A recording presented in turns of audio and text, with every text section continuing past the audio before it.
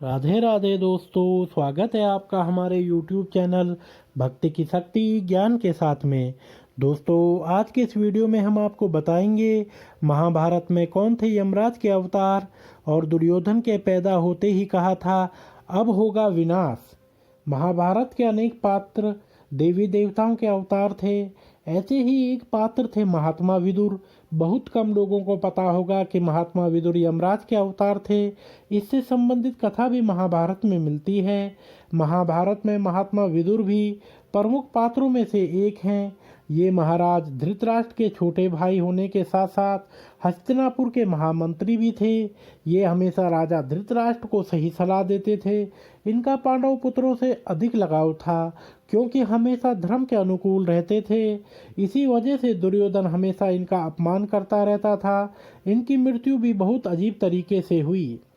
यमराज को क्यों लेना पड़ा विदुर के रूप में जन्म। महाभारत के अनुसार प्राचीन समय में मांडव्य नाम के एक ऋषि थे। एक बार बिना कोई अपराध किए भी राजा ने अनजाने में उन्हें दंड दे दिया। ऋषि ने राजा से तो कुछ नहीं कहा और वे सीधे यमराज के पास चले गए। वहां उन्होंने यमराज से पूछा कि मुझे मेरे किस अपराध का दंड मिला है। तब यमराज ने उन्हें बताया कि जब आप छोटे थे तो आपने एक कीड़े की पूंछ में सुई चुभोई थी, आपको उसी का दंड मिला है। तब ऋषि मांडव्य ने कहा कि तुमने मुझे छोटे अपराध का बड़ा दंड दिया है, इसलिए तुम्हें धरती पर दासी पुत्र के रूप में जन्म लेना पड़ेगा। इसी श्राप के कारण यमराज को धरती पर महात्मा विदुर के रूप में जन्म लेना पड़ा। दुर्योधन के पैदा होते ही की सर्वनाश की चेतावनी। महाभारत के अनुसार जन्म लेते ही दुर्योधन गधे की तरह रोने लगा। उसी समय गिद्ध, गीदड़ और कौवे चिल्लाने लगे। आंधी चलने लगी। ये देख धृतराष्ट्र आदि सभी भयभीत हो गए।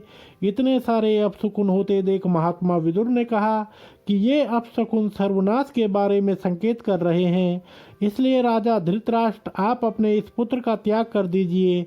लेकिन धृतराष्ट्र ने ऐसा नहीं किया। पांडवों की बचाई जान। जब दुर्योधन ने लाक्षागृह में पांडवों को जलाकर मारने का षड्यंत्र रचा तो महात्मा विदुर उसके बारे में पहले से जान गए और उन्होंने बातों ही बातों में संकेत से युधिष्ठिर को समझा दिया। महात्मा विदुर द्वारा भेजे गए सेवक ने ही लाक्षागृह के नीचे एक सुरंग बनाई जिसमें से निकलकर पांडवों ने अपनी जान बचाई। अजीब तरीके से हुई मृत्यु। युद्ध समाप्त होने के बाद काफी समय तक महात्मा विदुर हस्तिनापुर में ही रहे। बाद में जब धृतराष्ट्र, गांधारी, कुंती ने वन में जीवन बिताने का निश्चय किया तो विदुर भी उनके साथ ही वन में चले गए। यहाँ उन्होंने घोर तपस्या की। तब एक दिन पांडव उनसे मिलने वन में गए तो विदुर उन्हें देखकर बिना मिले ही जाने लगे। युधिष्ठिर ने उन्हें देख लिया और उनके पीछे भागे। थोड़ी दूर जाकर विदुर एक पेड़ के नीचे खड़े हो गए। उसी समय विदुर जी के शरीर से प्राण निकले और युधिष्ठिर में समा गए। ये बात बाद में युधिष्ठिर ने सभी को बताई। तो दोस्तों, अगर आपको यह वीडियो पसंद आई हो तो आप हमारे चैनल को लाइक, कमेंट, शेयर, सब्सक्राइब अवश्य करें और बेल आइकन दबाना ना भूलें, जिससे हमारी आने वाली सभी वीडियोस की नोटिफिकेशंस आप तक सही समय से पहुंचते रहेंगी। तो आप सभी मित्रों का बहुत बहुत धन्यवाद।